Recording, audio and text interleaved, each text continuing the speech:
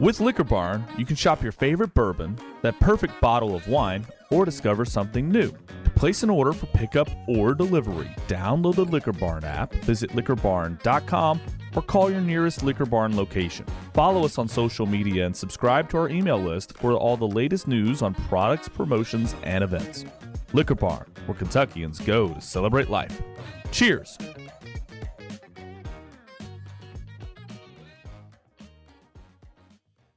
James E. Pepper Barrel Proof Decanter Bourbon, distilled at the historic Pepper Distillery, DSP KY5 in Lexington, Kentucky. This new release, bottled in a striking recreated distillery decanter from the 1940s, has garnered high praise and accolades. Coming in at number 27 on Fred Minnick's Top 100 Whiskeys of 2023, it received a 94-point rating and was called absolutely delicious with notes of delicate hazelnut and toffee. Astor Wines, one of New York's most prestigious retailers, writes, "The whiskeys coming of age now are some of the finest from any American whiskey producer. This bourbon is arguably the most impressive you will find at this age. Available nationwide with a suggested retail price of $65. Learn more at jamesepepper.com.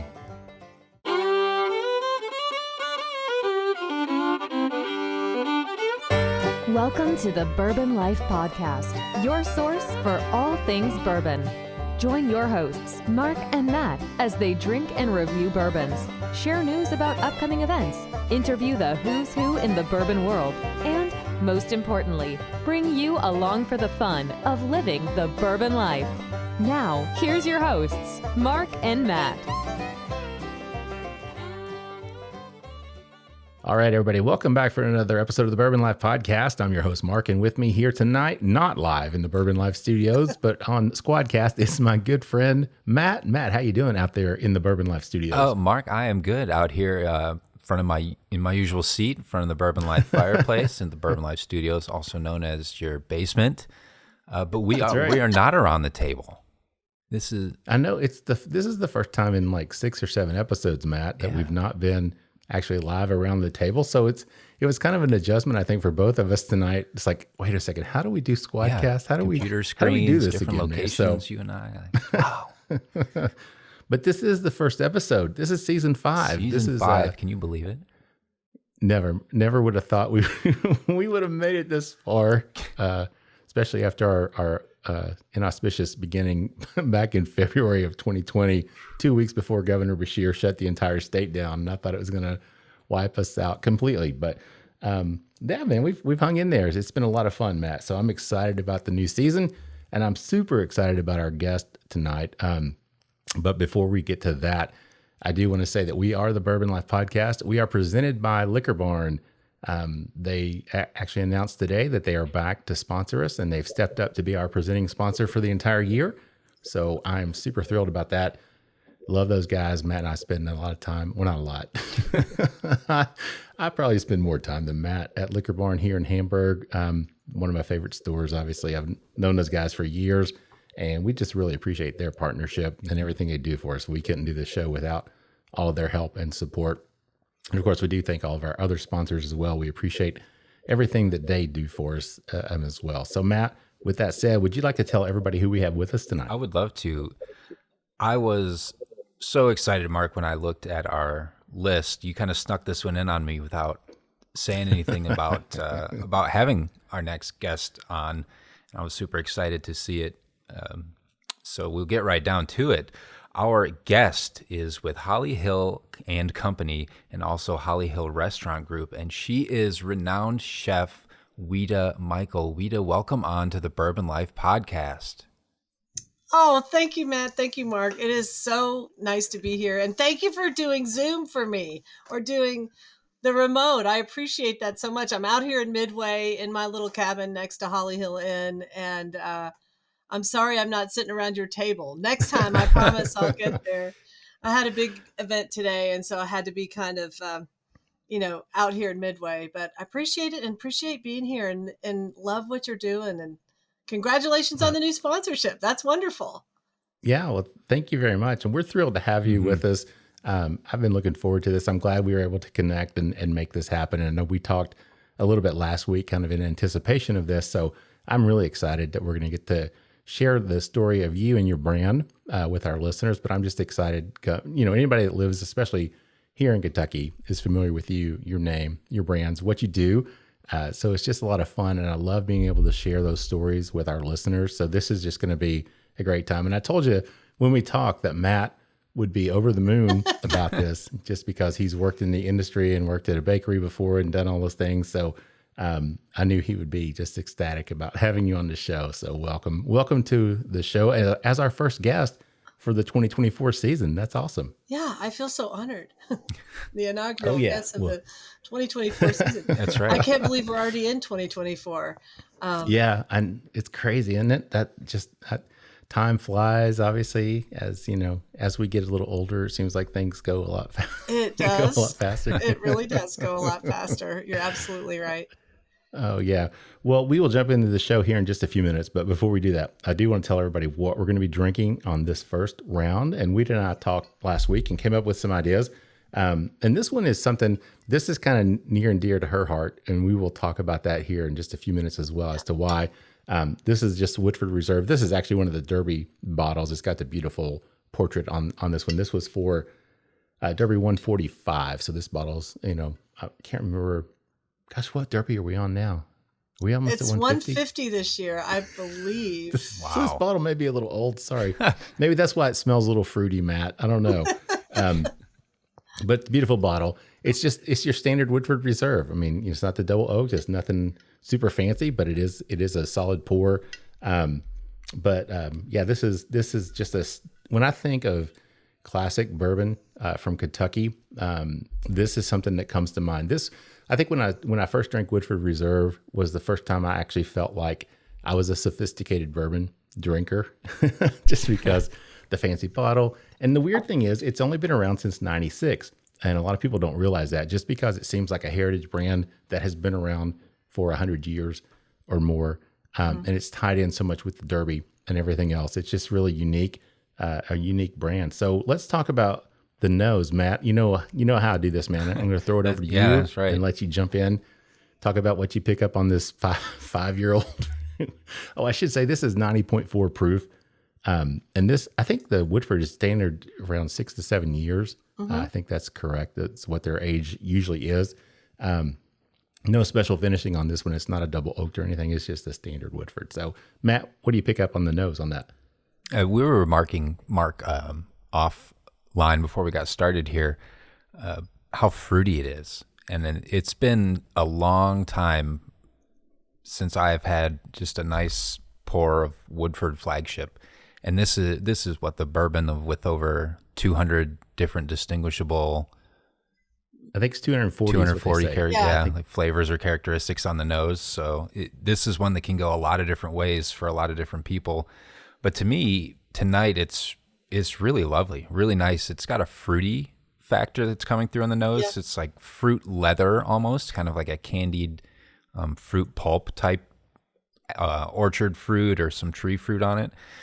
But I always pick up with Woodford Reserve, even at 6 to 7 years, and sometimes the lower 90.4 proof, I always pick up a good amount of barrel influence. I think it helps to round out a lot of those sweeter fruit notes, really add some depth and some backbone in it. There's a good amount of oak, good amount of char on it as well, like that wood char, and always comes across with a little bit of caramel. And I always pick up some like just nice leather or like pipe tobacco on Woodford Reserve, and I think the Flagship really brings that across too. But I'm just really loving the fruity nose on it right now. Yeah, I agree, Matt. And that's something that, like you said, it doesn't usually stand out to me on Woodford. Sometimes I can almost pick up like a banana nose, as a hint of banana as well, just because of that Brown-Forman yeast strain. I think that comes through on a lot of the Brown-Forman stuff. I don't detect any of that. It's just, it has turned into, like you said, Matt, orchard fruit. There's almost like apple. I get almost like a little bit of a strawberry aroma on this as well. Fruitiness. The oak is there for me as well. It's funny because we had Chris on the show, right? And I think he talked about this. This is like the balanced bourbon. There is nothing that's out of balance with this, and that's what you want on a good drinking bourbon. Is you don't want any profile, any aroma to stand out above any other one. And I think Chris was really adamant about that with the Woodford, the flagship, as you referred to it, Matt, that this actually, it has that combination of all the different flavors you would expect from bourbon, and nothing really jumps out at you. Ouita, what do you think in terms of the nose on this? I agree. I mean, I have to say, I worked with Chris very closely for 11 years. And so I know a lot about one bourbon, and this is the bourbon that I know a lot about. So, and it's funny, Mark, every single thing you guys said, I would go back, and that's what I smelled. So like right now, I smell a lot of banana note. But that's because you suggested it to me. Right. The orchard fruit, I'm definitely picking up on. I always get the spice and the leather and that aspect of the barrel. I feel like it does come singing through, especially on the Distiller Select, but it is a super balanced bourbon. And as a chef, I approach bourbon with maybe a different perspective than some people do. And I'm always looking for that consistency and that balance. That's Right. the most important thing to me. That's not always the most important thing to everybody who's drinking bourbon, right? But that is to me, that it's the same every time that I'm going to go to use it, because I'm looking for those flavors to come through in the food and how I'm going to pair with it. And if it's not consistent, I can't pair food with it. So I'm getting all of that. But now that I go back to it, I'm feeling like I get that. I'm feeling like I'm getting a maple with that orchard fruit. And there's no maple barrel on this or anything like that, but I feel like I'm getting those, definitely that sweet smell. I mean, that's those sweeter notes. And I'm trying to warm the bourbon slightly in my palms. But yeah, smells, I mean, I have to say, I think it smells great. No, and I agree with you. And it is funny because it's not one of those bourbons. I think that the whole bourbon industry, I mean, we've all, as drinkers, we chase the next big thing or that thing, that whatever, and sometimes forget about that. And I think when we talked last week, it was like, let's look at those things that people can find on a shelf wherever they go.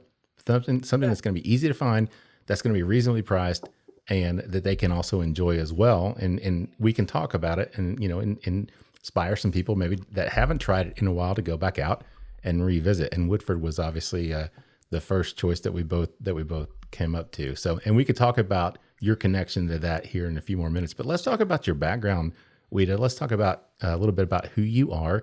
You are a UK grad. I know that. Yes, we share that together. That's right. We were actually, I think we figured out we were at UK maybe for a couple of years around the same time. Yes, I'm a little older than you are. You're the baby of the family.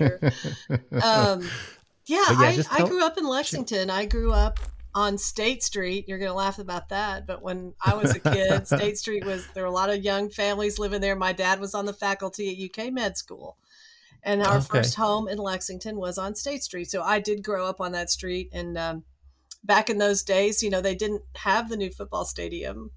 Stadium was downtown. I don't know if you remember that when you were a kid, but that was the Ag Farm, was over where the UK football stadium is now. And so when I grew up, that we just ran that farm all the time. But I went to Maxwell Elementary School and Morton Junior High School, Henry Clay High School, and ended up at UK. And upon graduating from UK, I moved to New York City. I had thought I would go to law school, but decided I just fell in love with cooking. And this was the early, it was like 1987, mid 80s. So, it was just before cable television. This is all making me feel like the pioneer woman here, but, we didn't have personal computers when I was a senior at UK. We right. It's typewriters, right? Those things? You do a little bit. I do. Yep. So, there was no Food Network or anything like that. My point being was, I didn't think that being a chef was really a career option available to me. I just loved Gourmet Magazine. That's primarily how I read about restaurants around the country. And so I had the opportunity to move to New York City. And instead of going to law school, I got a job in a restaurant in New York City in 1987. And I just fell in love with the culture of being in a restaurant, the adrenaline. I loved the process of cooking. I've always loved to cook. My mother was a wonderful cook, my grandmother. And after working in the restaurant business for a couple of years, applied to the Culinary Institute of America, which is also in New York, but just up the Hudson River, about an hour outside of New York City. And I started there, and I met my husband on the first day of school. He was a New York boy. Of course, he lives in Kentucky now, and his whole family lives in Kentucky. But it was just a wonderful experience living and working in New York. But I came back to Kentucky primarily just to plan our wedding. But when I got back to Lexington, this would have been in 1993.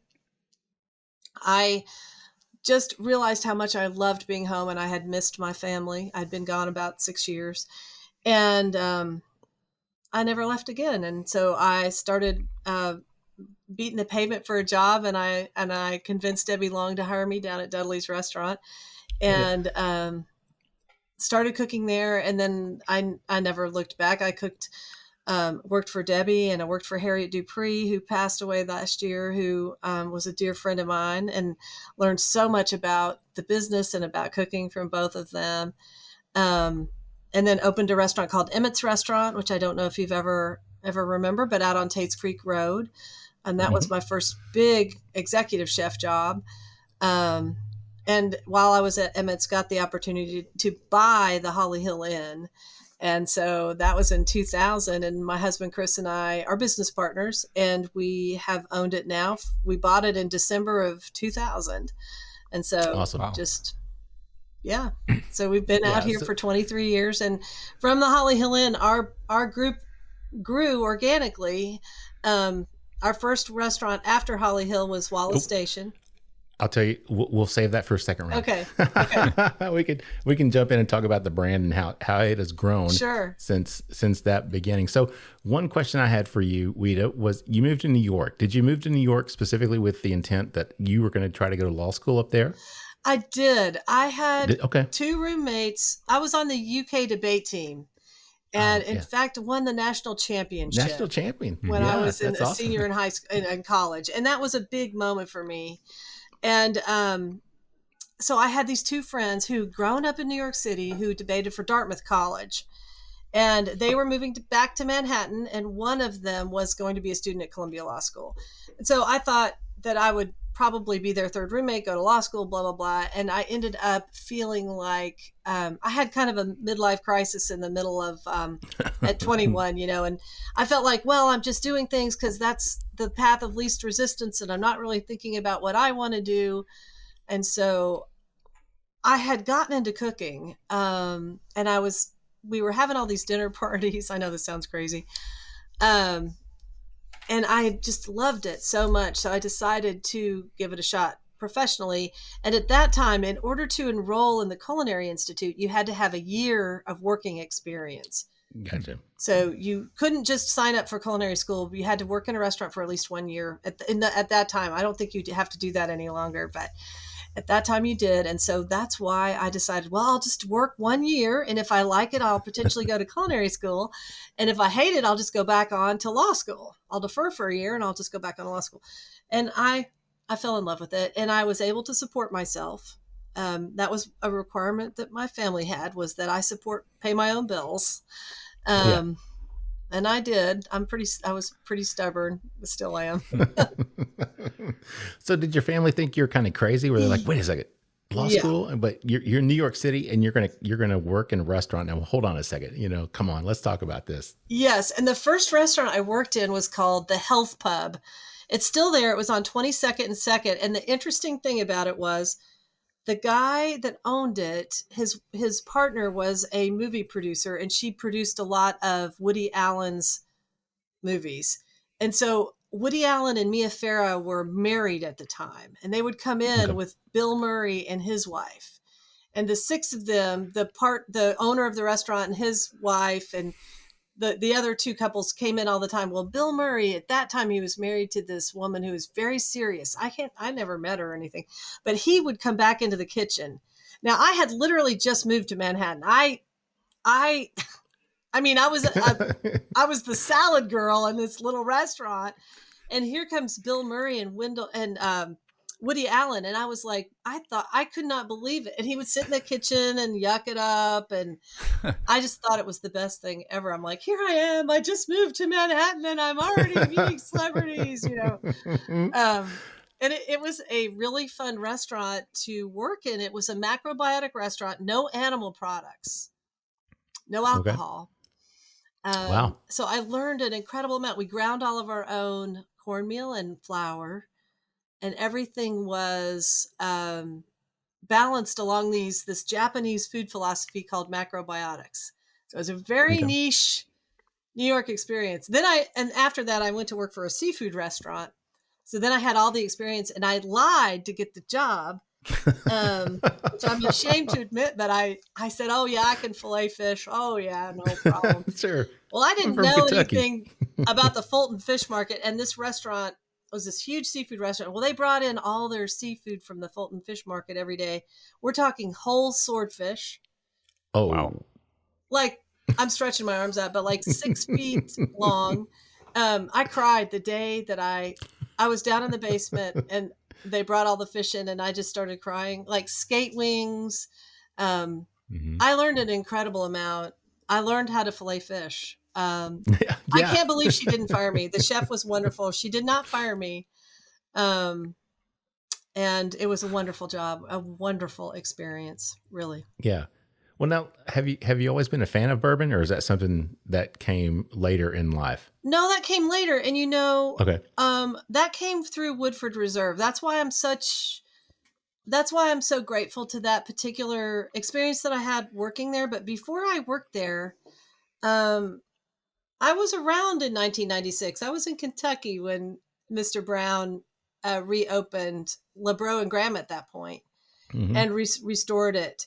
And that investment was an incredible one that he made to bring back a distillery that had been abandoned and shut down. The other thing that I thought that was really amazing was they had what was called, this was before I went down to Woodford, they had something called the Culinary Cocktail Tour. And they had chefs from all over the Commonwealth. They brought us all to the distillery proper. There were probably 40 or 50 of us. We spent the day on the distillery grounds. It was the first time that I had been invited to any kind of event on a distillery property. And they took us through what became sort of the Bourbon Academy that I did with Chris for a long, long time. It was similar to that. So this was before Chris Morris was the master distiller there, I believe. It was just before that.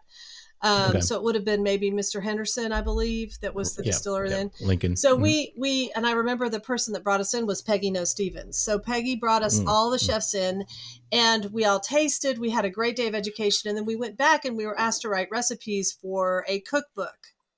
And Woodford Reserve has a wonderful cookbook. It was printed at this point almost 20 years ago, but it was recipes from chefs all over the state. And they also had a competition where you prepared the dish that you were going to write for the cookbook. And we did a big tasting and like for the public, and the public came and they tasted all the different bourbon recipes that each chef had made. And all the chefs in Louisville were in one competition, and all the chefs from the rest of the state were in another competition. And I won for the rest of the state. So I won for everybody outside of Louisville. And the prize was dinner at the James Beard House.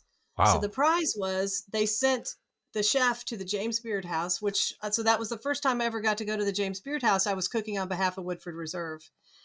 And by that time, Chris was the master distiller.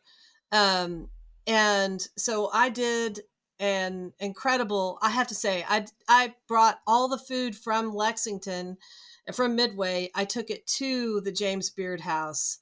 I've cooked at the Beard House 3 times. That was the first time. And we trucked everything up. And my friend gathered hickory nuts, and I did chocolate bourbon hickory nut pie.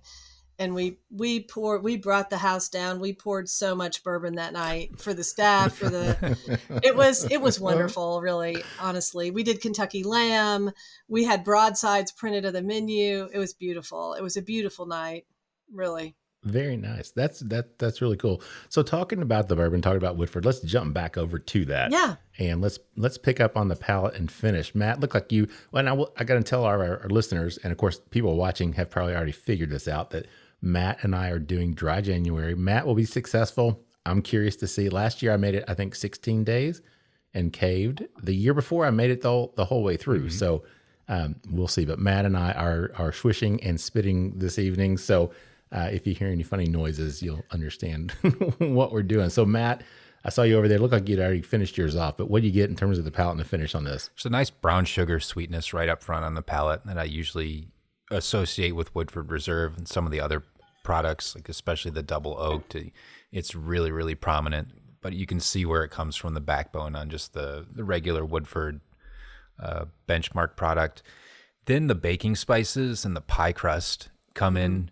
Like the influence of the rye really brings a lot of those really nice baking spices, kind of the cinnamon, that cardamom, almost like a little ginger. I think if there's like a touch of heat, it might be kind of from like some rye or some ginger on it as well.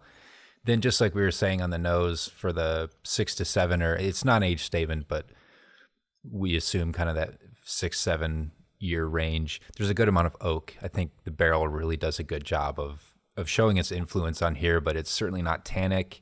It's not overly oaked. It brings this nice warming oak to go and balance out some of the spice, and the good baking spices kind of carry through the finish as well, I think. Yeah, I agree, Matt. I mean, and that's the one thing I'm going to say, talking about the oak. I mean, we talked about it on the nose, the balance, and Chris was so adamant about that there is such balance to this, and it carries through on the palate. It really does, because you get that sweetness like you talked about, Matt. To me, it was almost like a brown sugar type of sweetness initially.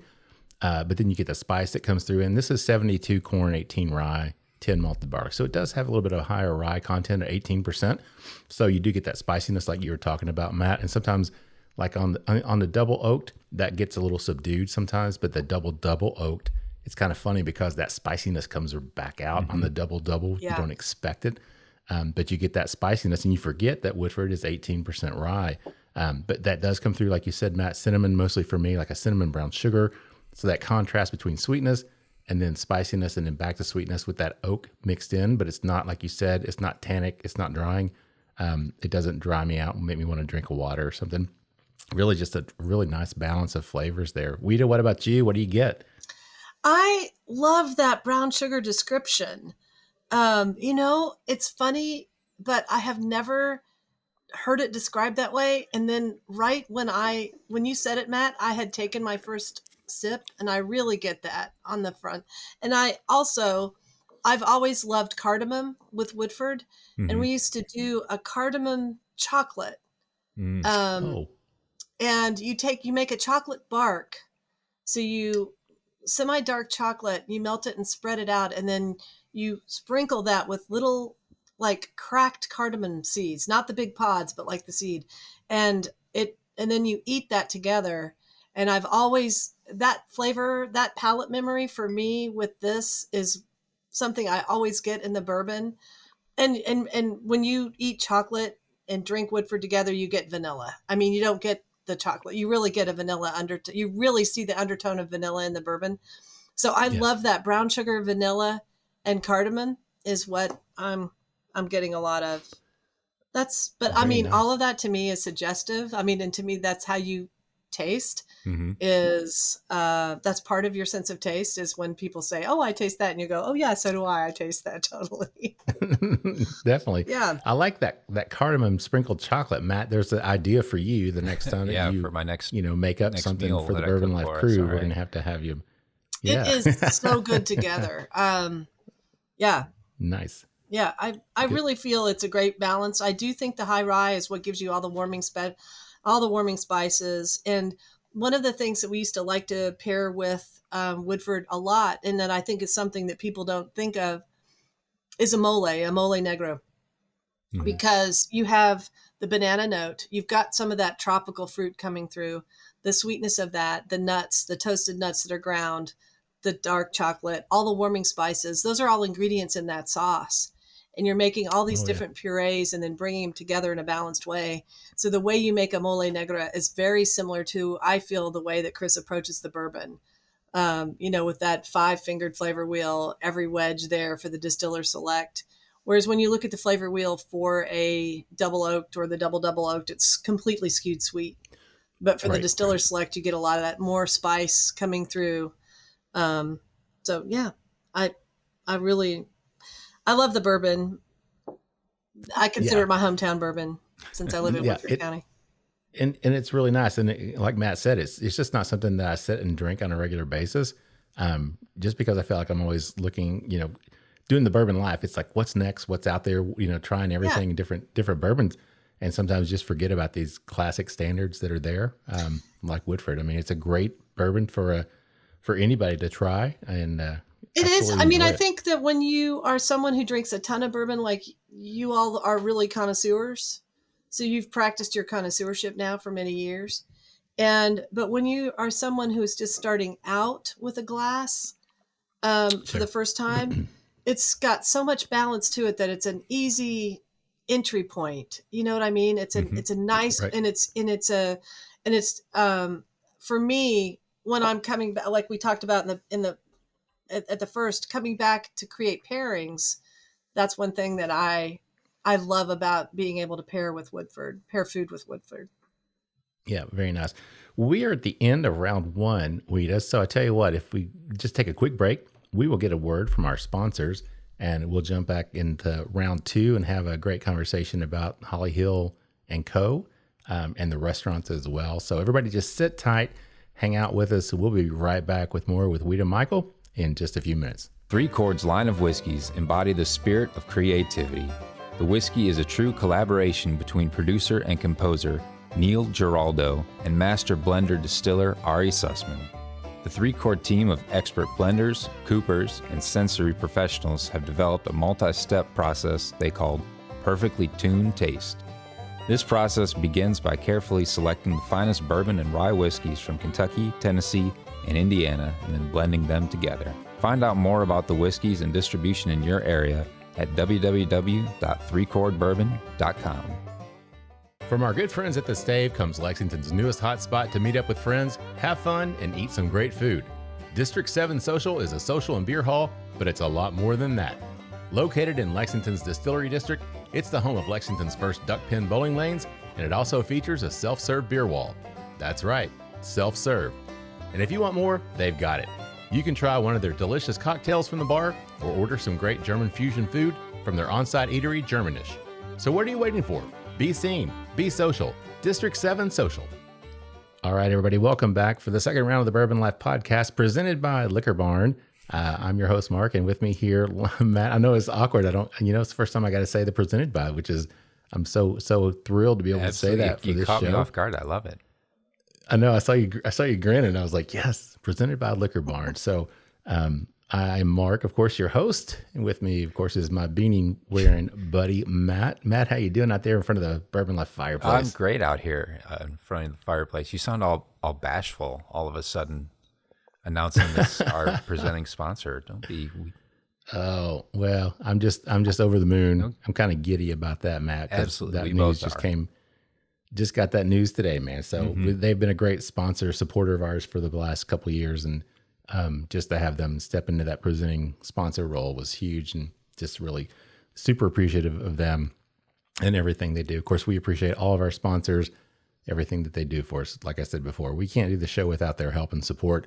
So we appreciate everything that they do. And Matt, with that said, would you like to tell everybody who we have with us tonight? Absolutely. We are super appreciative for joining us and joining you all morning, noon, or night, whenever it is you get your Bourbon Life Podcast fix, is Chef Ouita Michel from Holly Hill and Company and the Holly Hill Restaurant Group.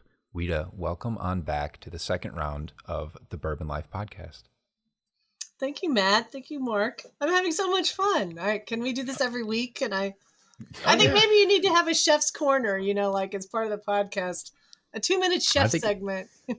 I think that would be great. We would love to. Matt would absolutely be thrilled to do that for sure. There's no doubt about it. And I feel like every time you say something, I need to respond and say, yes, chef.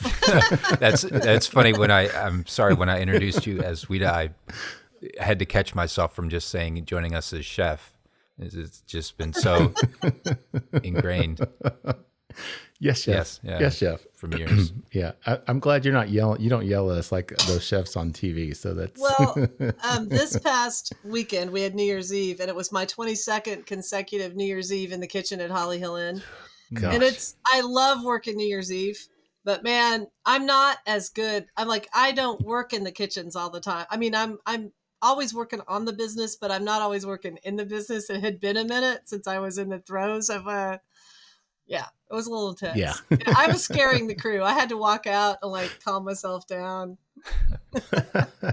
I just can't picture you getting upset. It's hard for me to look at you and feel like I could be afraid, but I have a feeling that once you're in the kitchen that you're not someone that I want to upset in any way, shape, or form. Oh, I'm not Gordon Ramsay. I'll just say that. Okay. No. I mean, I like Gordon Ramsay, but I'm not a screamer or anything like that. But I'm told I have a stare that can.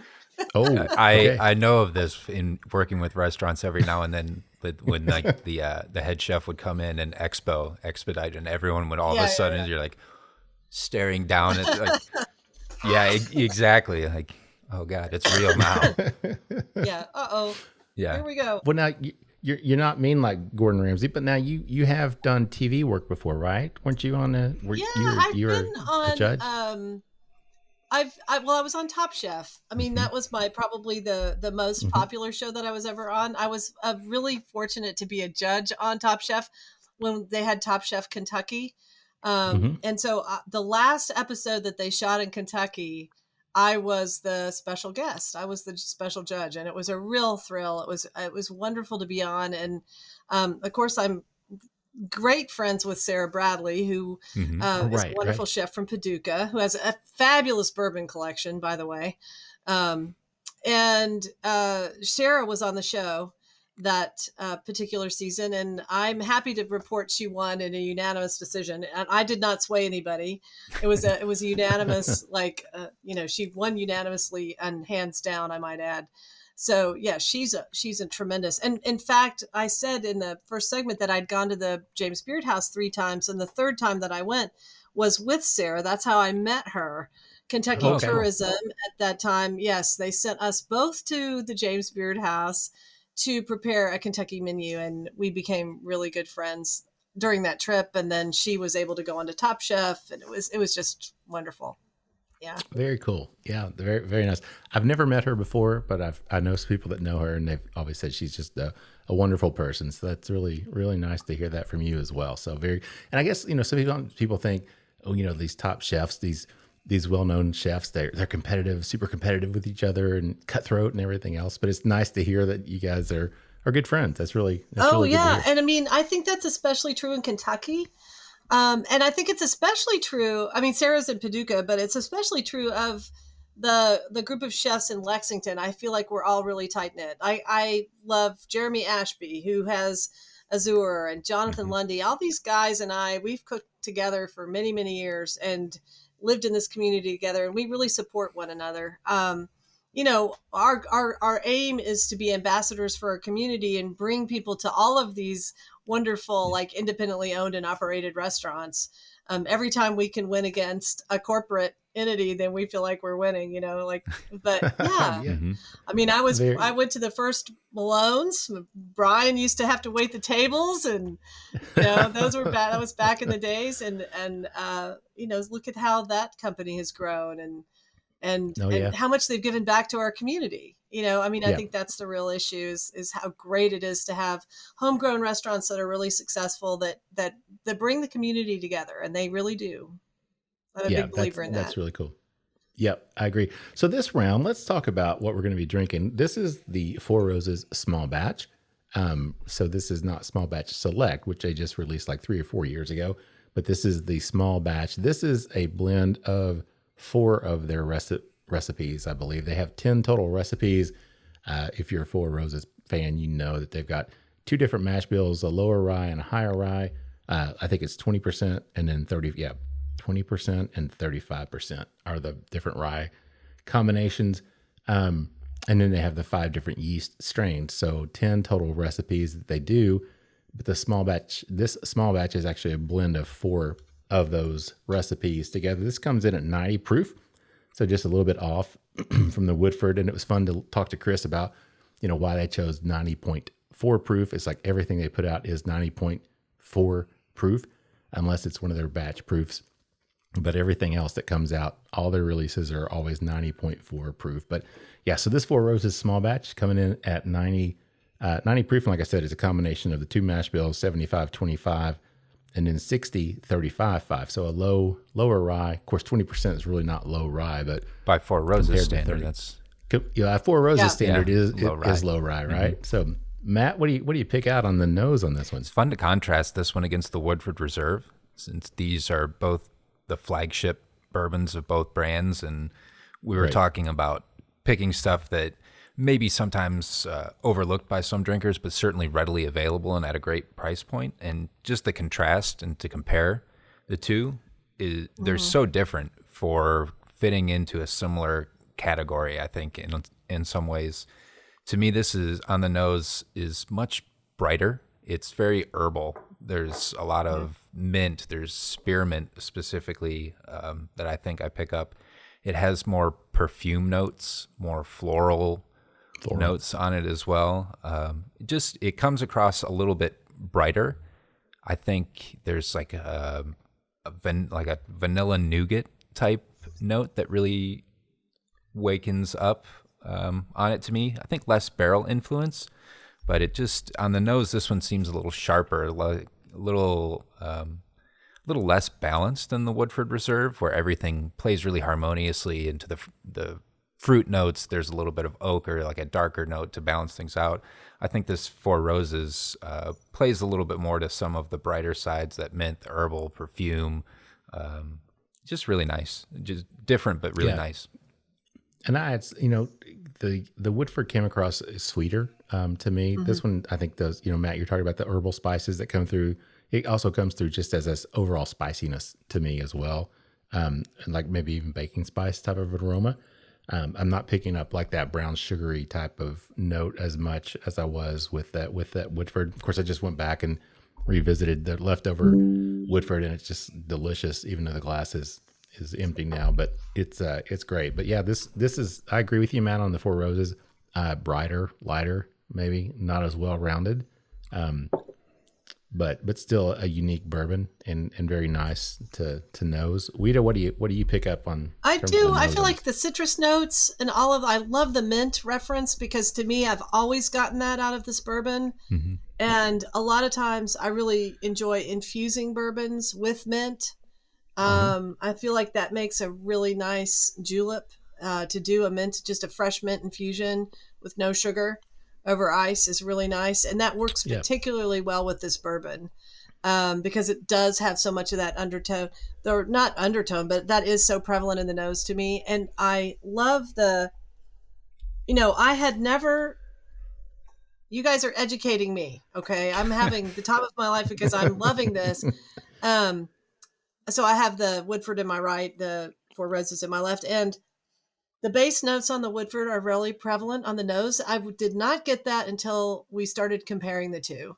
And by base notes, I just mean, you're right, the rounded out notes. You're right. This is a brighter, more one-sided nose on the Four Roses. That said, I love this bourbon. I'm the one that said to Mark, hey, can we do the Four Roses small batch? I mean, just because we wanted to really focus on what people could get. And I mean, I always feel like it's a great beer. I always love, but I do think I do really get the brighter notes on this. That's fascinating to me, because that's hard to, you wouldn't get that unless you were comparing the two together, Right. Right. And the funny thing is they put out that small batch select back in, I think it was 19, which is a blend of 6 of their barrels. So they added 2 more in. And I'm wondering if they did that maybe to balance that out, round it out some more. I never thought about that before. But I'm going to have to go back and pull a bottle of the small batch select now and just see what the nuances are between the two. But I'm wondering if maybe they put that out just as a way to to pull in, to round out that flavor, to bring some of that depth and sweetness back, to offset that mintiness, those herbal notes, the brightness, that floral notes that Matt was talking about as well. So I love the herbal notes, though. I really Yeah. enjoy that. I mean, I feel it's a unique characteristic. I mean, I really Yeah. do. I agree. So Ouita, let's jump back and talk about you started, and I cut you off at the first round. We started No. talking about the Holly Hill and the brand and the restaurants. So let's pick that conversation back up. So you started back in, I think it was 2001. Was that right? Well, we bought the Holly Hill Inn on December 28th of 2000. Oh, okay. And All right. we celebrated New Year's Eve with our family in Very nice. in New Year's Eve of 2000. And then we had closed the inn just for 4 months. That's all we could afford. When Chris and I bought the Holly Hill Inn, we sold our house in Lexington. We lived upstairs at Holly Hill Inn the first 4 years. Wow. Yeah. And we did all the work, as much of the work as we could, we did ourselves. Mm-hmm. And the inn is largely the same footprint as it had in 1900 when Isaac Parrish bought it. We bought it from Isaac Rouse, Isaac Parrish's grandson. Ike has since passed away, but we bought it from him and his family. And they owned it for 100 years. And now we've owned it for 23. So we've just celebrated, we would have owned it for 23 years on December 28th. Well, happy anniversary. Thank you. Mm-hmm. We paid off the mortgage. So that's, how you've owned something for a long time. We're very lucky. We feel custodians. And we owned the inn for about 4 years, and then we opened Wallace Station, which is a little sandwich shop on Old Frankfort Pike. And originally we had opened Wallace. We kept driving by it, and we just loved the building. It was so cute. We thought, well, my husband's from Long Island, and in Long Island, in that area, there are all kinds of little like delis and things like that. It's a big part of their food culture is the pork store, the deli, and you go and get your food, and then you go home. You don't sit there and eat it. You go home or you go to the beach or whatever. So we thought, well, that's what we'll do here. We'll have a little deli and sell sandwiches. And in the back, we'll use the back kitchen to bake all the desserts for Holly Hill Inn because we didn't have enough room at Holly Hill Inn. Mm-hmm. Well, a long story short, Wallace Station became too popular. We've never baked a dessert for Holly Hill Inn at Wallace Station. And that it celebrated 20 years this year. So we opened it. Wow. 2003. I know, it was great. That's this past crazy. year. And then But now after you had a big visitor there too, right? we did, kind of- the restaurant was going well, but Guy Fieri came and paid a visit to us and put the restaurant on the map with diners, drive-ins, and dives. Yeah. And he drove that red Corvette, or not Corvette, red. What is the name of it? It's not a Corvair. It's a Camaro. It's not a right? Okay, yeah. A Camaro. Yeah, I think it is. Yeah. A vintage Camaro, and he's driving it up Old Frankfort Pike, and he gets out and he's standing in the middle of Old Frankfort Pike, talking about being in it was a dream. It was great, and he was a wonderful guy, just super generous. We had to close the restaurant to outside guests. If you came in, you had to stay for the whole day. He greeted every single guest who came to Wallace Station that day and apologized for closing the restaurant down. Wow. Signed autographs. He went above and beyond. He was really, really a nice guy. Signed the wall. It was a great experience for us. And that put Wallace Station on the map, and it went gangbusters after that. It was really hard to keep up, and yeah. Oh yeah. And then you got several others as well. Then after Wallace Station, family, right? we did Windy Corner Market, which is Wallace Station's sister restaurant over on Muir Station and Bryan Station Road. Yes, I love that place.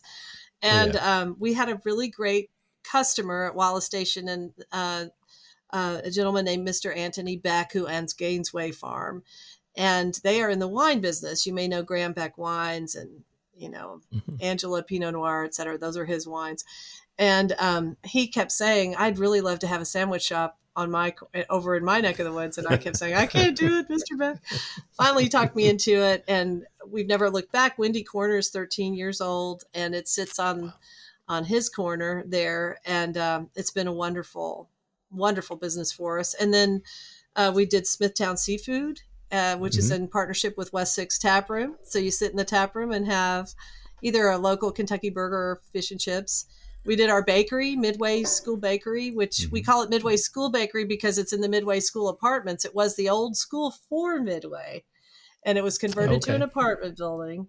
And the bakery sits in the old cafeteria there. And so we have photographs of the old cafeteria, and so many people come in who went to school there. And then after Midway Bakery, we have Honeywood out at Summit at Fritz Farm, and then Zim's and the Thirsty Fox, which are downtown in the historic courthouse. And we do all of the food service for Fasig-Tipton, which is the horse auction facility out on Newtown Pike. And so we do weddings and we do all their horse sales. And then we opened a cooking studio in Versailles on Main Street there this past year. That was our most recent addition. And we teach cooking classes and we have retail. And we do all the fulfillment for our online store at hollyhillandco.com. You're a busy person. Yeah. Well, somebody a long time said you can run your kitchen or you can run your business, but you can't run both. And I realized they were right. And I was kind of doing I was doing everybody wrong by trying to do both. So I stepped out of the kitchen and stepped into the business. And I don't do it alone, believe me.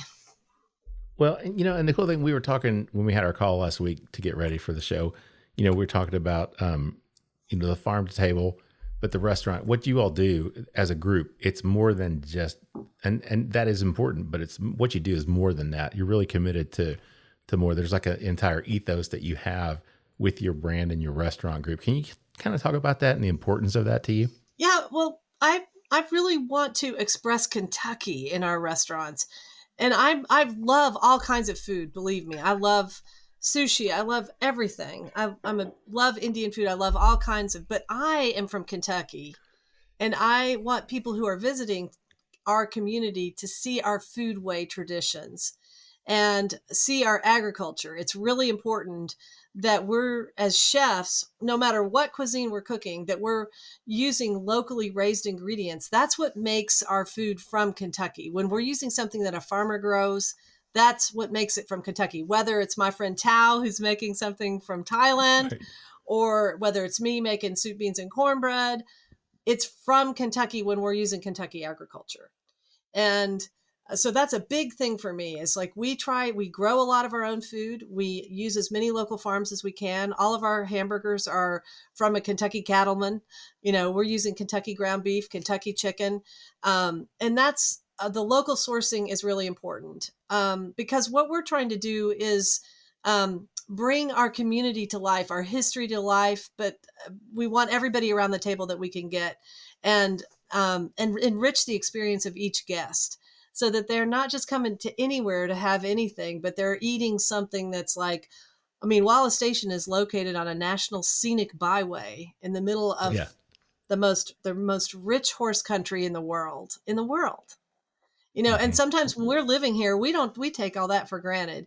But when we bring guests in from Britain and they're sitting in the back of Wallace Station, which is our dive, it is a rundown, one bathroom. Believe me, it's hanging on by a thread.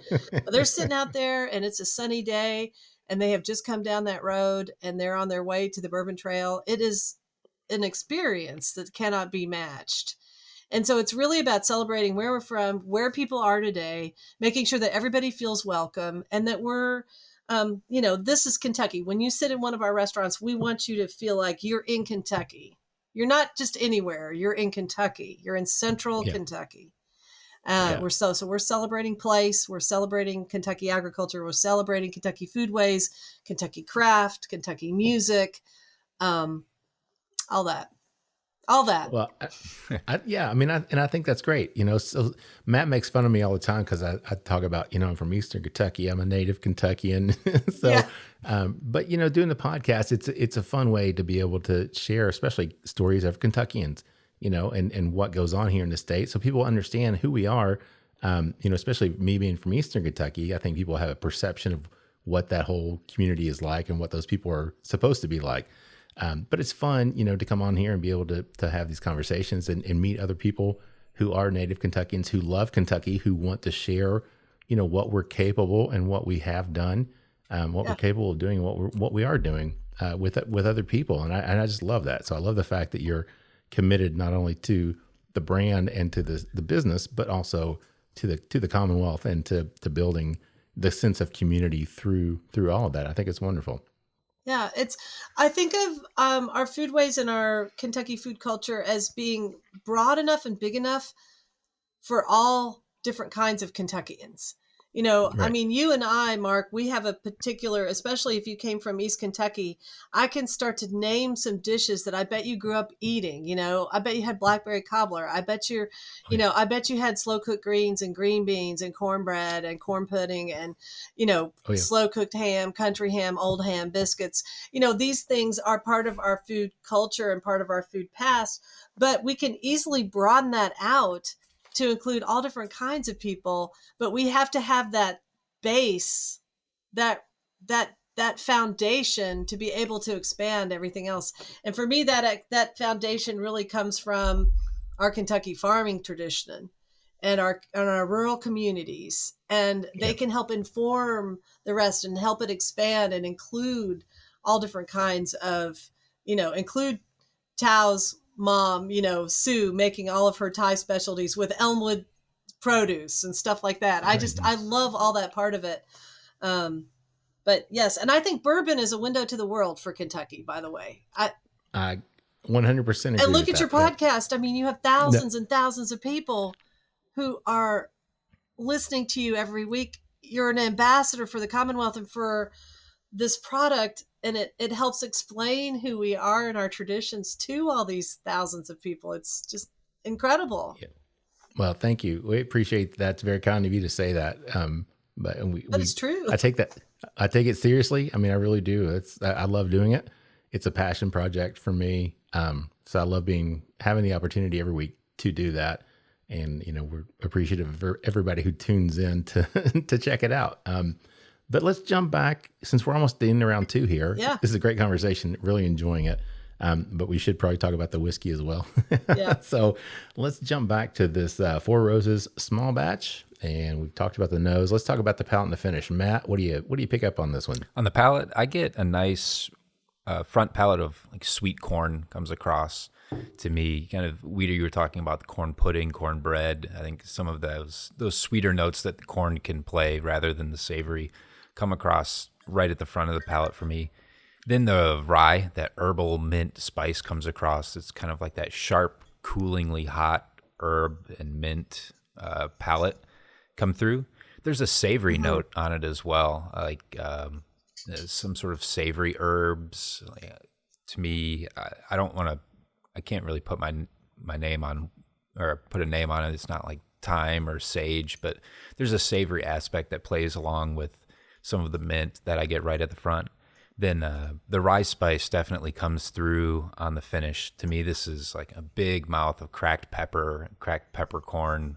That like long finish comes through that way with just like a touch of honey kind of right at the end, almost like hot toddy type notes, like right at the end of the finish with like a touch of sweetness and some warm herbal tea right at the finish. Matt, you are so good at these descriptions. It's killing me. It's like, this is so bad. I just feel like all I'm doing is like, yep, I get that.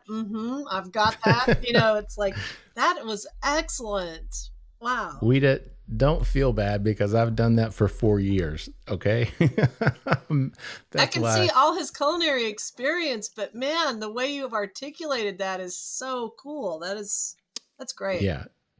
And I'm like you. There's not much more I can do except say, yeah, I agree, Matt. I do that mintiness. It's almost like when you do a mouthwash and you spit it out, and then afterwards you breathe in and you feel that sensation of coolness and mintiness over your palate. I mean, I almost get that same experience with this 20% rye and then 35% rye. So a lot of rye in there, Matt. The spiciness, like the black peppercorn you talked about, comes through. Long finish on this one too. Kind of surprised because I think when you think Four Roses small batch, you just think kind of a baseline bourbon. You don't expect a whole lot.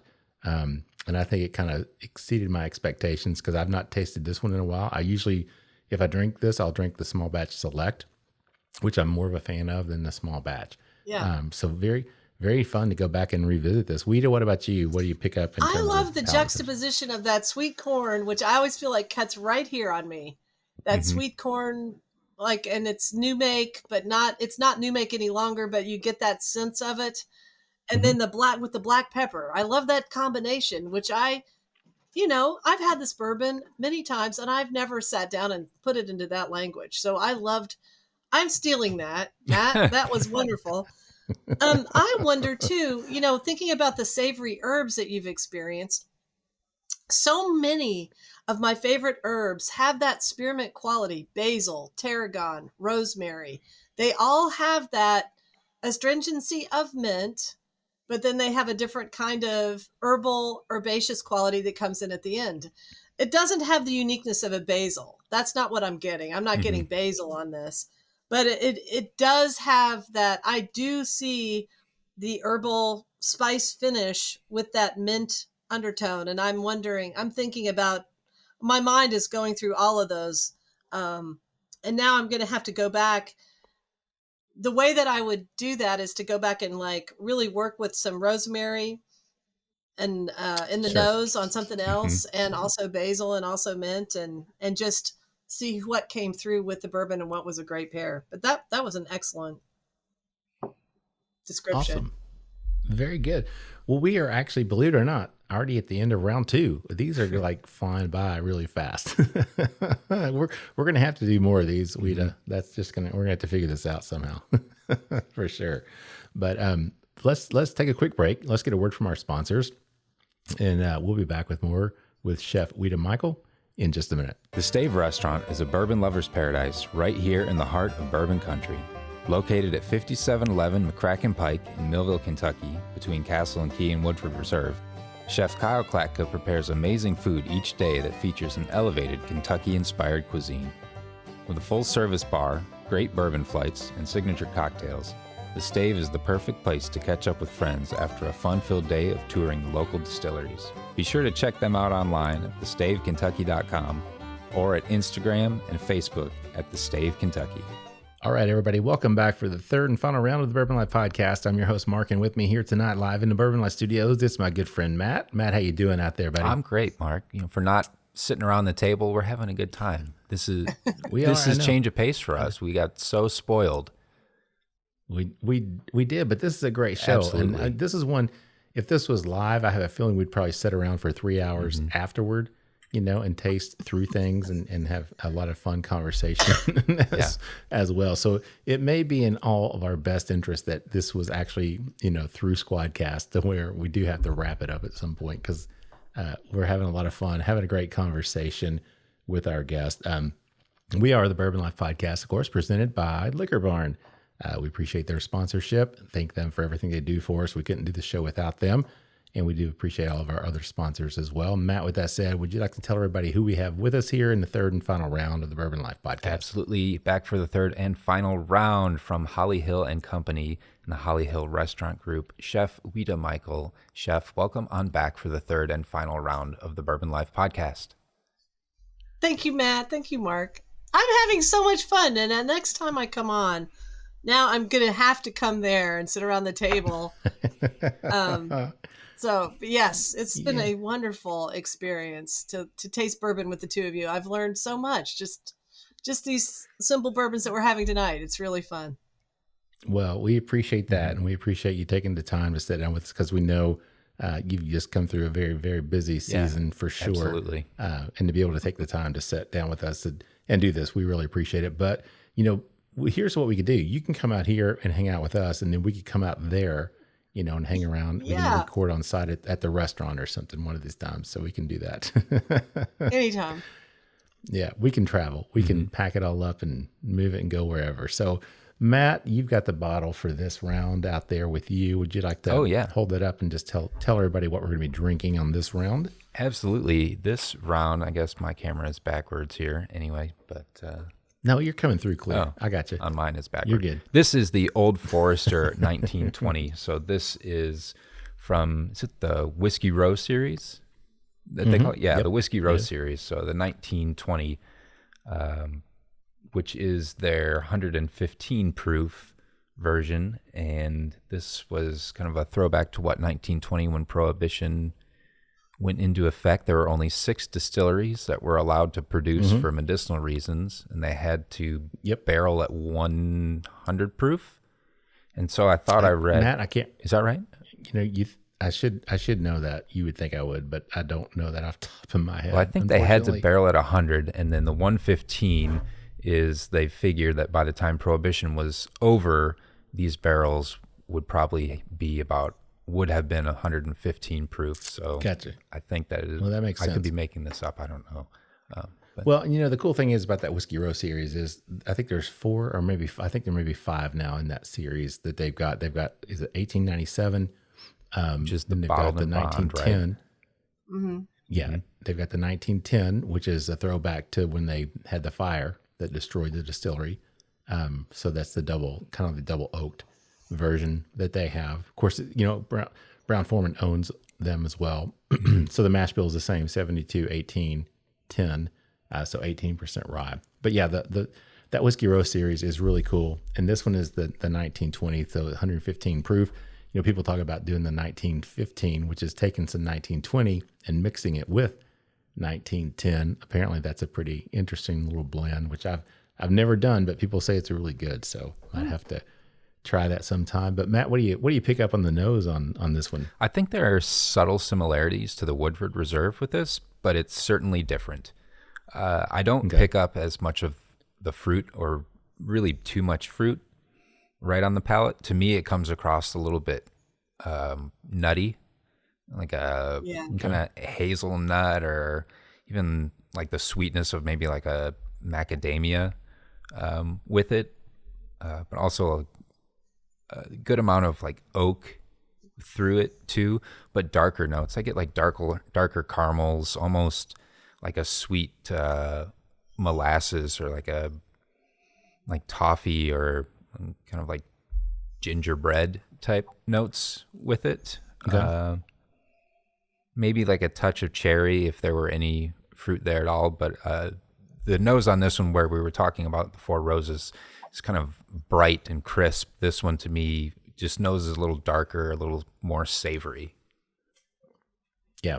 The thing, Matt, when I first nosed this, I got that banana note. I was able, and it may just be because I was looking for it, thinking, I should get banana, but I almost got like a creme brulee, like a dark brown sugar or burnt sugar type of aroma with a little touch of banana. But then I did actually get some of the cherry as well that you're talking about, Matt. There is a little bit more oak in this one, obviously, than the Four Roses that you mentioned. That does come through. Nice dark color on this one as well. We haven't really talked much about color, but I do like the way this looks in the glass. But really just enjoy, nothing seems, again, like out of balance on this one. It does seem like it has notes that kind of touch on all aspects of what you would expect from a bourbon.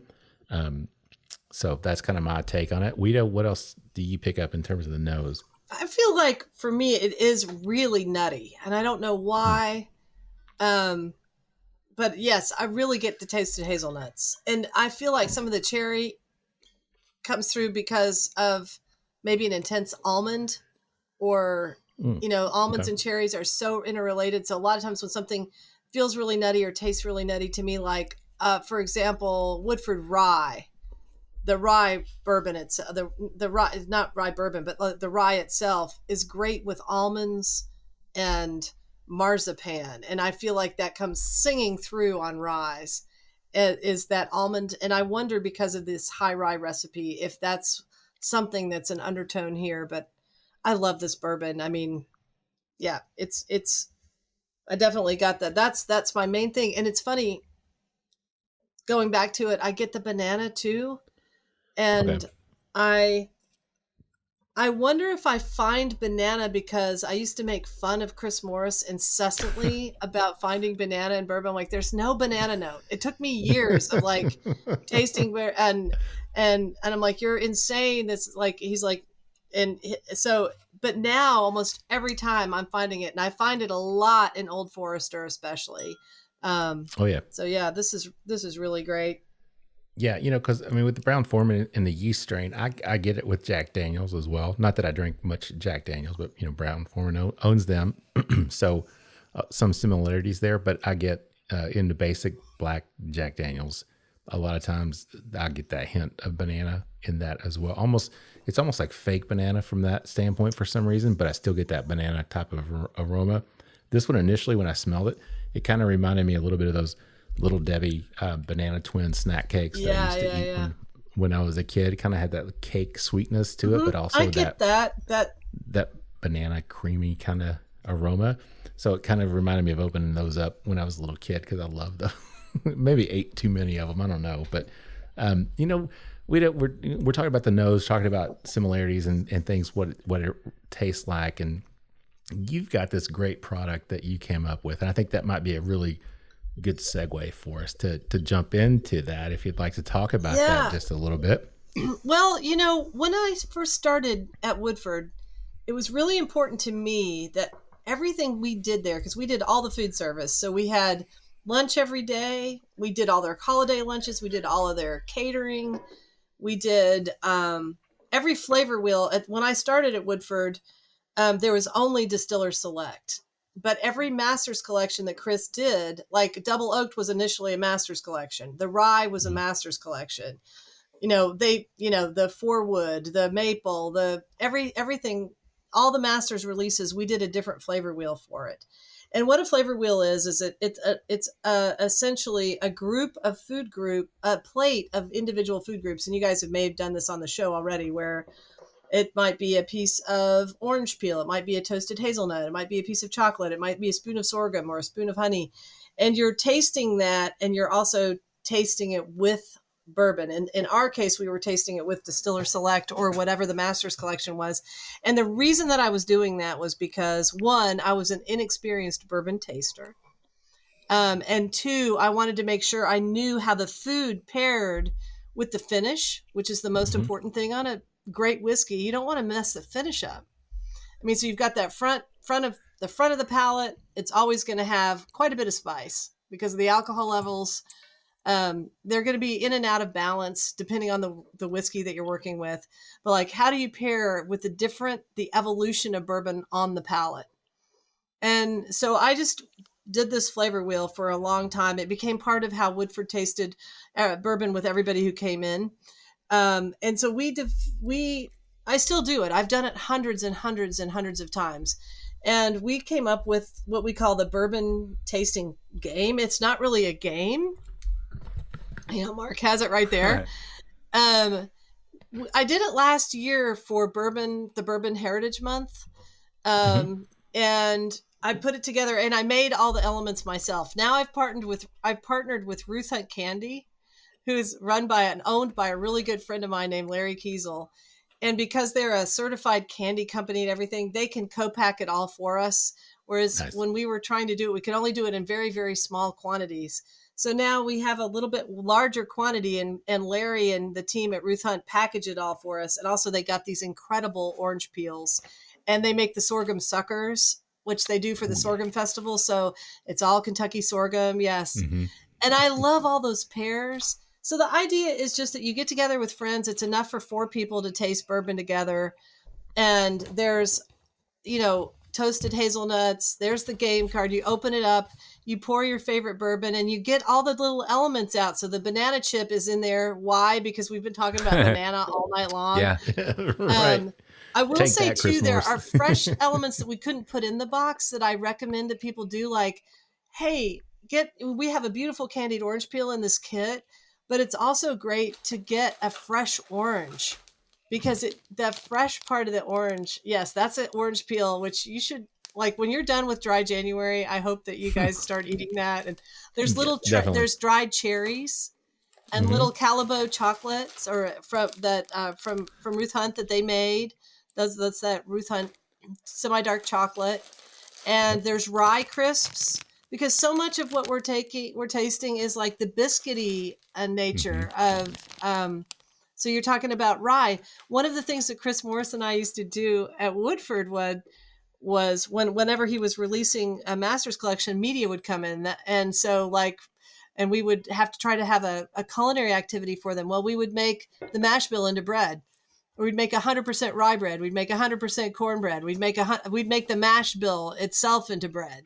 Wow. So like if you're talking about a mash bill, but you don't know what any of those grains taste like in a fermented or natural state, you know, so just creating that memory in your brain about all these different flavors. Oh, and so you guys have both experienced many, many tasters on your podcast and probably in person at distilleries who talk about a particular, this is what makes Matt really special, actually. Talk about a particular vocabulary about tasting, but they don't have the food memory that goes with that because of Matt's industry experience. He has that unique ability to really find those flavors and articulate them. But many, many people just articulate without really finding the flavor. And you can tell by when people say, you know, something that they've never tasted before, you know, I can't give you vanilla to taste. It'll ruin your palate. Mm-hmm. You can smell vanilla, you can smell rose, you can smell certain things, but if you taste them, they're going to destroy your palate. If you tasted raw cinnamon when tasting a bourbon, it would destroy your palate. So it's the confluence of flavor that really what you're trying to create in your mind in terms of a memory. And palate memories are what chefs use to create menus and do menu development. If you have no palate memory, you're sitting there with your bottle of Old Forester 1920 and you're trying to like, oh, what could I pair with that? That's not a very effective way to write a menu. So you have to create these memories in your mind, and you do that through tasting experience. And this bourbon tasting game, it is a fun activity to do with friends, but it's the real way that chefs, chocolatiers, you know, sommeliers, coffee and tea experts, that's the way we all go about doing it, is through tasting wheels. And it's just a lot of fun. And that's you know, one of the, I was laughing because when we were talking about banana, especially in brown form and yeast, right? So I never could figure this out. One of the ways to get to banana in the Woodford, at least in terms of Woodford Reserve, is to take a very ripe, fresh pineapple and cube it up. You've got to let it be ripe on your counter for like 2 weeks. Cover it with Woodford Reserve and let it sit for 3 days in your fridge. And then open it up and you won't be able to smell or taste anything but banana. Really? And it's interesting because I might digress here, so you can cut me off if you need to. No. But there was a guy named Francois Chartier. He came to, he was a sommelier for a very famous restaurant in Spain called El Bulli.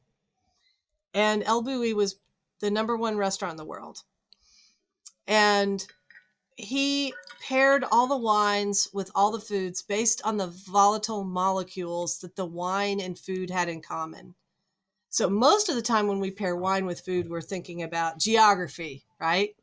We're thinking about, you know, this is a French white Burgundy. So it's going to be Chardonnay, but it's from Burgundy. And what do they eat in Burgundy? Well, that's what we pair with white Burgundy, you know. But with Francois, what he did, and he wrote a whole book about this, and he came to the University of Kentucky for the Neurogastronomy Conference, and he was the keynote speaker, and he's a fascinating, fascinating guy. And one of the chapters in his book was on Canadian whiskey. So I'm reading through his book because he's coming to UK, and I want to, you know, be a good hostess. And I'm like, well, Canadian whiskey? Well, hell, we can do that. We can do better than that. So I start reading through there, and there are molecular twins like roasted strawberries and very ripe pineapple are molecular twins. If I blindfolded you and fed them both to you at the perfect point, you would not be able to discern a taste variance. And so he starts talking about what constitutes vanillin. And so Chris Morris got all the volatile molecules for me from Woodford. And I went through and looked at all the like molecular pairs in different food items. So like we're talking about toasted fenugreek. Like fenugreek, really? You know, but it's fascinating stuff. And it's, that's another level of the bourbon tasting game. I told you I was going to digress. But all of this got me really, really, really interested in, because the best distillers are all brilliant chemical engineers. Right. And right. so chefs can be a great bridge between the consumer and the chemical engineer's brain, the master distiller's brain, and how we teach the brain to find these volatile molecules in such a complex spirit. Doesn't matter which bourbon we drink in Kentucky. We're so lucky to have so many. They all have 200 and plus volatile molecules because it's so much in the aging process, so much in the mash bill. And so it's rich ground for exploration and fun and connoisseurship. Yeah. So, and you extremely successful with these. Like, you launched them and they're like gone instantly. Your first round of these. Yes. Like, and now they're in Liquor Barn. I'm proud to say I'm in your sponsor's store, Awesome. which makes me very happy. That was a thrill of a lifetime for me, because I do love that store. I am a very loyal customer of Liquor Barn. Awesome. And we'll, I think that the idea is to have fun with friends, and drink your favorite bourbons while tasting some of these things, because they'll help you find finishes. And then when you go on to drink single barrels, and when you go on to explore other kinds of unique bourbon expressions, you'll be able to more easily access those points of entry, like Matt can. Oh, that's a clean corn front of palate experience with a peppery finish.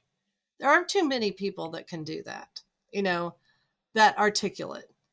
Yeah. And the only way you can do it is by eating a lot and drinking a lot. Which is why he's a triathlon guy. Is that what you told me, Mark? He's like that's right. Yeah, he's an Ironman triathlete. Ironman. Big time. No doubt. So let's jump over, speaking of the whiskey and the taste and the flavors, let's jump back to the whiskey and talk about the palate and finish. Matt, what do you get in terms of the palate and finish on this Old Forester 1920? Ouita, when we were talking about the nose, you mentioned almond, and that immediately, that was like what I was missing. I pick it up very, very predominantly on the palate. I pick up a lot of almond, and then it kind of leads into some of like an almond biscotti. There's like that crisp almond, but sort of the baking spices with it. To me, it comes across biscotti-like, spicy. I get some sweetness, but there's heat to it as well, like a caramelized ginger type notes come across. Long finish, and as the finish keeps rolling through, I get like a really nice bittersweet chocolate to round it all out that plays with the heat. Kind of adds a little bit of a tannic drying effect, but it's not just drying. I think, to me, there's actually some flavor there. It is kind of that bittersweet or that really dark chocolate. You're making me hungry. I should have had this with my espresso that I made before the show, Matt. Goodness gracious. Crazy. I'm not even going to say anything else. I can't add anything to that. Ouita, what about you? You got anything you want to throw in there? I love what you said about the dark chocolate, because one of the things I love about some of the different flavor components with this bourbon in particular is I mean this in the best possible way, the dry and dusty approach to the finish. Mm-hmm. I know that comes from tannin. Yeah. But I love that. I like that about bourbon. Sometimes I like it. It's super juicy. You know what I mean? And not necessarily the bourbons that we're drinking tonight, but sometimes when you're having like orange peel, and like that's what's classic in an old fashioned, and your favorite bourbon, you get that dry, dusty orange note. Mm-hmm. If you're having a whiskey sour with a lot of fresh citrus, it's a whole juicy experience. Or if you're having cherry or something like that with your favorite spirit, it's juicy. But when you've got that dark chocolate and that orange zest, it's like whoosh, whoosh. And that's the finish that I get in here that I love. I could only do sound effects, Mark. Matt knows all the words. That's okay. You're both doing better than I am. I'm just saying. Yep. Mm-hmm. It's not a contest. I'm the only one swallowing, so I'm probably like waxing poetic at this point right now. I've not drunk all of my samples. No, that's great. We're glad you're having a good time, because we're having a great. I'm not even drinking them now, and I'm still having a great time. So I didn't know you could have this much fun without drinking your bourbon. So Ouita, let's kind of shift gears a little bit. Let's talk about the future. let's talk about things coming up maybe for Holly Hill Company and the restaurants. I mean, things going on.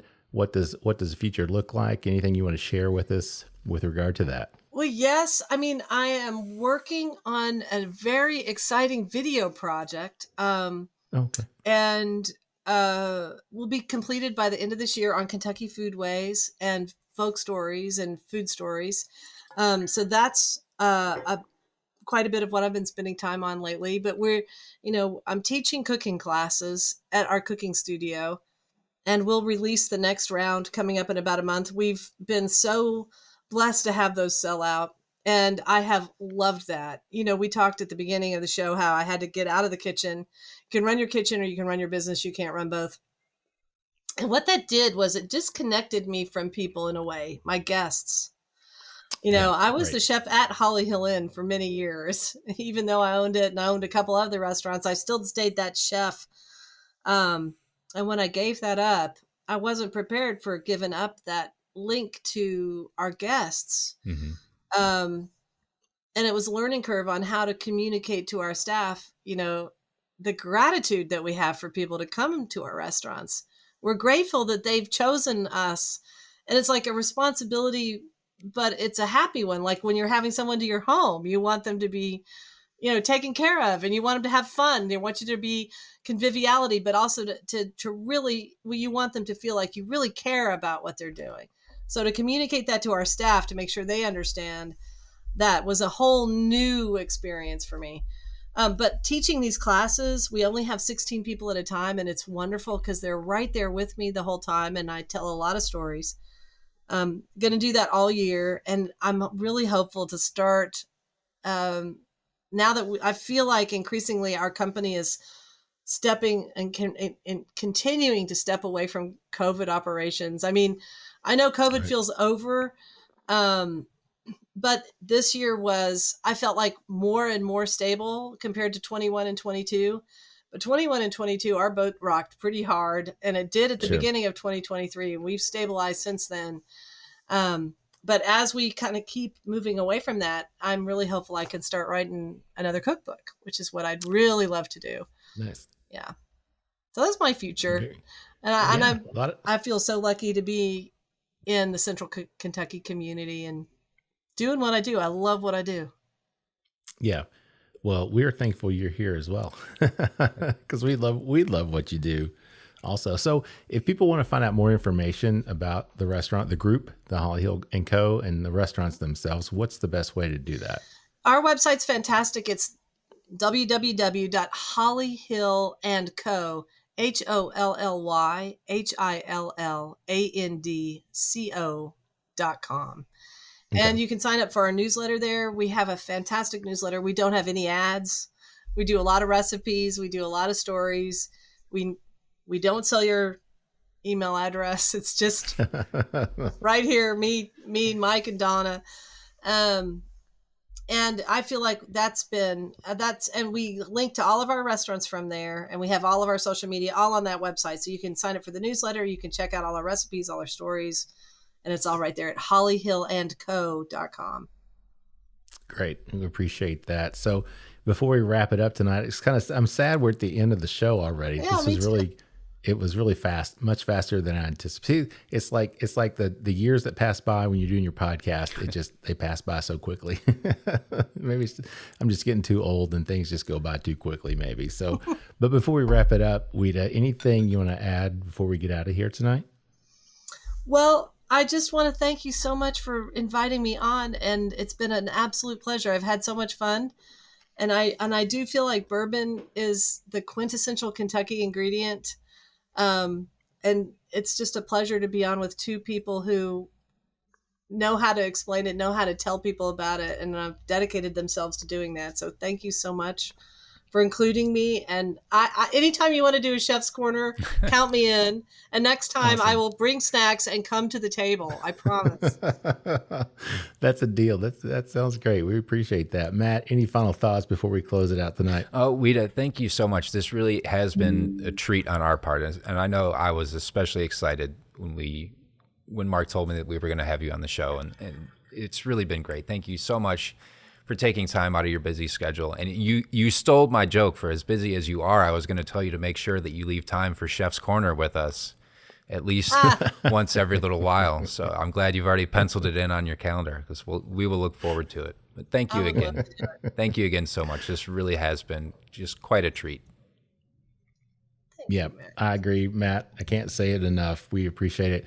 Ouita, it's been great to have you on. Can't wait to get together in person and do another show and come out to the restaurant maybe and get to spend some time with you and have a few drinks in person. That would be that'd be a lot of fun. We appreciate everything you do for our community through the brand, through the restaurant, everything that you do. You are a staple in our community, and everybody here in Central Kentucky knows who you are. And we appreciate all that you do for us, because you do focus on Kentucky. You do focus on the people. You focus on community, that sense of community, and bringing everybody into that, which is very important, especially in this day and age. So we really appreciate all that you do for our community and for Kentucky. So thank you for that, and thanks for joining us tonight. It has been so much fun. Like I said, I never knew I could have this much fun without drinking bourbon, but it's been great. So.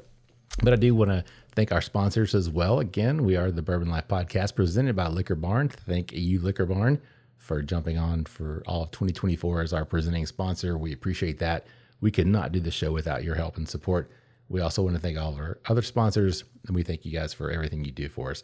Also, to you, our listeners, thank you guys. Like Matt says, whatever time of day it is you listen to us, morning, noon, or night, we appreciate you all taking the time to join us and listen in as we share the stories of people in the community and in the bourbon world, especially great Kentuckians like Ouita. I love being able to do these types of shows. It's just a lot of fun for me to be able to do that and share those stories.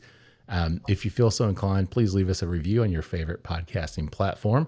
You can also find us, of course, on Facebook and Instagram at The Bourbon Life. We have the private Facebook group, The Bourbon Lifers. We got about 2,000 people in there now. So jump in and join us and join the conversation. We have a lot of fun in there. If you want to email us with an idea, something you'd like to hear or see on the show, let us know. You can email us at thebourbonlife@gmail.com. And with that said, I'm going to wrap it up, send us home with our tagline, which is, may your glasses always be full, and may you keep on living the bourbon life.